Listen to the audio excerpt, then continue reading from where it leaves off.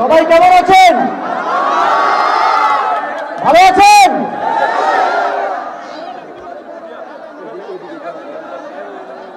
অনেক রক্তপাত, হাজারো শহীদ, সহস্র সহস্র আহতের রক্তের বিনিময়ে আজ আমরা দ্বিতীয় স্বাধীনতা অর্জন করেছি।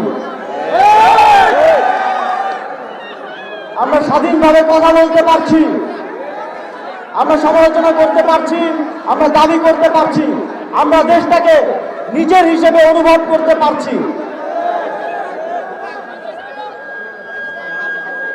যে শহীদদের আত্মত্যাগের বিনিময়ে আজ এই বাংলাদেশ গড়ার স্বপ্ন আমরা দেখছি। তারা রক্ত দিয়ে যে ঋণ আমাদের উপরে চাপিয়ে দিয়ে গেছেন, সেই ঋণ পরিশোধ করার জন্য আমাদের সবাইকে ঐক্যবদ্ধ থেকে একসাথে কাজ করে যেতে হবে।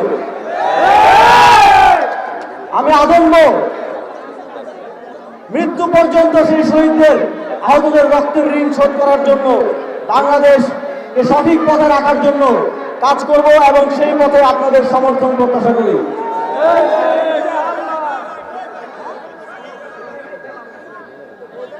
যে নতুন বাংলাদেশের কথা আমরা বলি, সেই নতুন বাংলাদেশ গড়ে তোলার জন্য আমাদের প্রত্যেকের যার যার জায়গা থেকে কিছু দায়িত্ব রয়েছে, কিছু কর্তব্য রয়েছে। আমরা যদি সবাই যার যার দায়িত্ব ঠিকভাবে পালন করি, তাহলে এই স্বপ্ন একদিন বাস্তবায়ন হবে ইনশাআল্লাহ।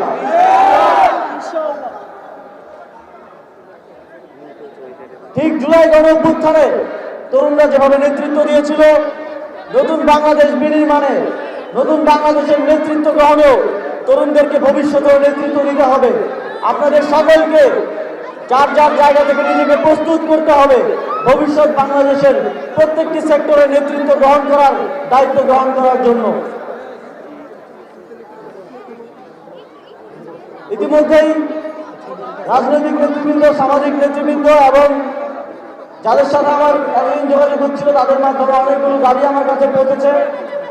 আপনারা জানেন, ইতিমধ্যেই মুরাদনগরে 20টিরও অধিক উন্নয়ন প্রকল্প স্থানীয় সরকার কল্যাণ ও সমবায় মন্ত্রণালয় থেকে গ্রান্ট করা হয়েছে এবং সেগুলোর কার্যক্রম অতি দ্রুতই শুরু হবে।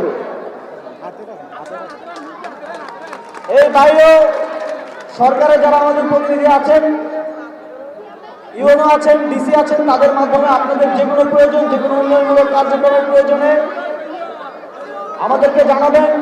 অতি দ্রুত সময়ের মধ্যে সেগুলো বাস্তবায়ন করার জন্য আমি কাজ করব।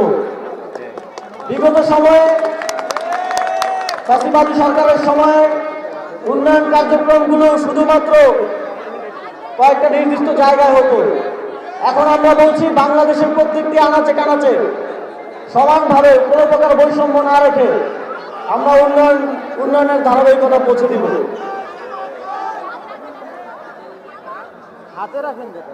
মুরাদনগরের খেলাধুলার দিক থেকে যে মিনি স্টেডিয়াম আছে, সেটা সংস্কারের কার্যক্রম ইতিমধ্যেই আমরা গ্রান্ট করেছি, খুব দ্রুতই সেটা শুরু হবে, আপনারা দেখতে পাবেন।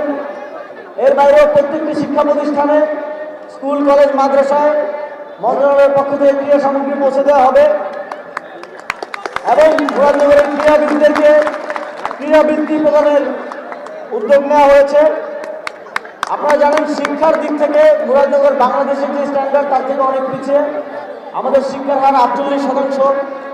সেটা উন্নীতকরণের জন্য আমি শিক্ষা মন্ত্রণালয়ের সাথে কথা বলবো। এখানে শিক্ষা প্রতিষ্ঠানগুলোর যে সমস্যাগুলো আছে সেগুলো সমাধানের উদ্যোগ নেব। তবে আপনাদেরকেও আপনাদের সন্তানদেরকে স্কুলে পাঠাতে হবে। মুরাদনগরের শিক্ষার হার আগামী 10 বছরের মধ্যে আমরা 100% দেখতে চাই।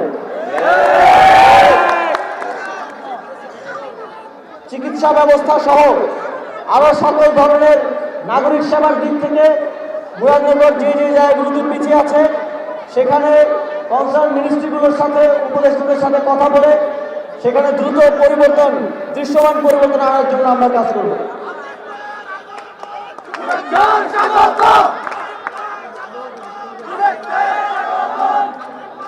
সংগ্রামী বন্ধুগণ, মুরাদনগর আপনাদের প্রতিনিধিরা আমাকে অনেক আগে এই সংগঠনের কথা বলেছে, কিন্তু আপনারা জানেন রাষ্ট্রীয় অনেক সংকট, অনেক দায়িত্বের কারণে সময় দিতে পারেনি। তবে আজকে আপনাদের মধ্যে এসে আপনাদের ভালোবাসা দেখে আমি অত্যন্ত আপ্লুত হয়েছি এবং আমার মধ্যে একটা আকাঙ্ক্ষা তৈরি হয়েছে, শুধু এই সরকারের দায়িত্বে থাকা অবস্থায় নয়, ভবিষ্যতেও যতদিন দেশের জন্য কাজ করব, আপনাদের একজন প্রতিনিধি হয়ে, আপনাদের একজন হয়ে যেন আমি কাজ করে যেতে পারি, সেজন্য আপনারাও আমাকে সমর্থন করবেন এবং সহযোগিতা করবেন।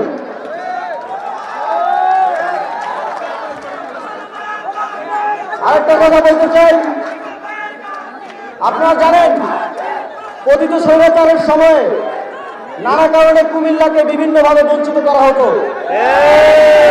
কুমিল্লার একটি প্রশাসনিক বিভাগ, কুমিল্লা সহ আশেপাশের জেলাগুলোর জনগণের দীর্ঘদিনের আকাঙ্ক্ষা।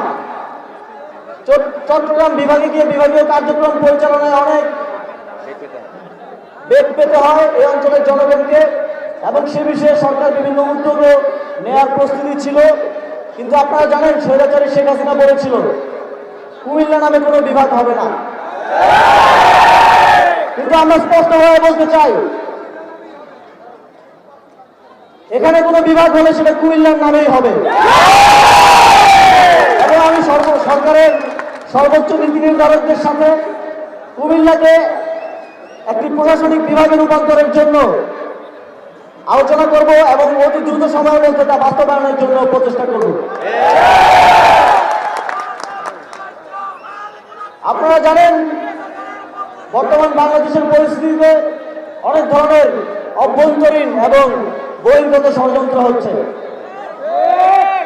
আমাদের অত্যন্ত দুঃখের সাথে বলতে হয়, আমাদের রাজনৈতিক দলগুলোর মধ্যে একটা বদ্ধমূল ধারণা জন্মেছে যে ভারতের আশীর্বাদ ছাড়া বোধহয় বাংলাদেশের ক্ষমতায় আসা যায় না। ফলে তারা যে ধরনের বক্তব্য দিচ্ছে তা এদেশের স্বাধীনতাকামী সার্বভৌমত্বের পক্ষের জনগণের জন্য অত্যন্ত কলঙ্কজনক এবং দুঃখজনক। আপনারা যদি মনে করেন ভারতের আশীর্বাদ ছাড়া এদেশে ক্ষমতায় আসা যায় না, তাহলে বলতে হয় শেখ হাসিনার থেকে বেশি কারোর প্রতি ভারতের বেশি আশীর্বাদ ছিল না। সেই শেখ হাসিনার কি পরিণতি বাংলাদেশের জনগণ করেছে এখন স্পষ্টভাবে আপনারা দেখতে পাচ্ছেন। আপনারা যদি ভবিষ্যতে সে ধরনের পরিণতির সম্মুখীন হতে না চান, বাংলাদেশের জনগণের ম্যান্ডেটকে এই ক্ষমতায় আসার একমাত্র উপায় হিসেবে অবলম্বন করুন, অন্য কোনো বহিরাগত শক্তির আশীর্বাদ নয়। বাংলাদেশের জনগণের ম্যান্ডেটই হবে যে কোনো রাজনৈতিক দল কিংবা সরকারের ক্ষমতায় আসার একমাত্র অবলম্বন। সর্বোপরি আপনাদের সকলকে আজকের এই গণসংবর্ধনা আয়োজনের জন্য এবং আমাকে আমন্ত্রণ করার জন্য ধন্যবাদ এবং অন্তরের অন্তঃস্থল থেকে ভালোবাসা, এবং ভবিষ্যতেও আপনাদের জন্য যেন কাজ করতে পারি সেই দোয়া এবং সমর্থন প্রত্যাশা করে আমার বক্তব্য এখানে শেষ করছি। ধন্যবাদ সকলকে।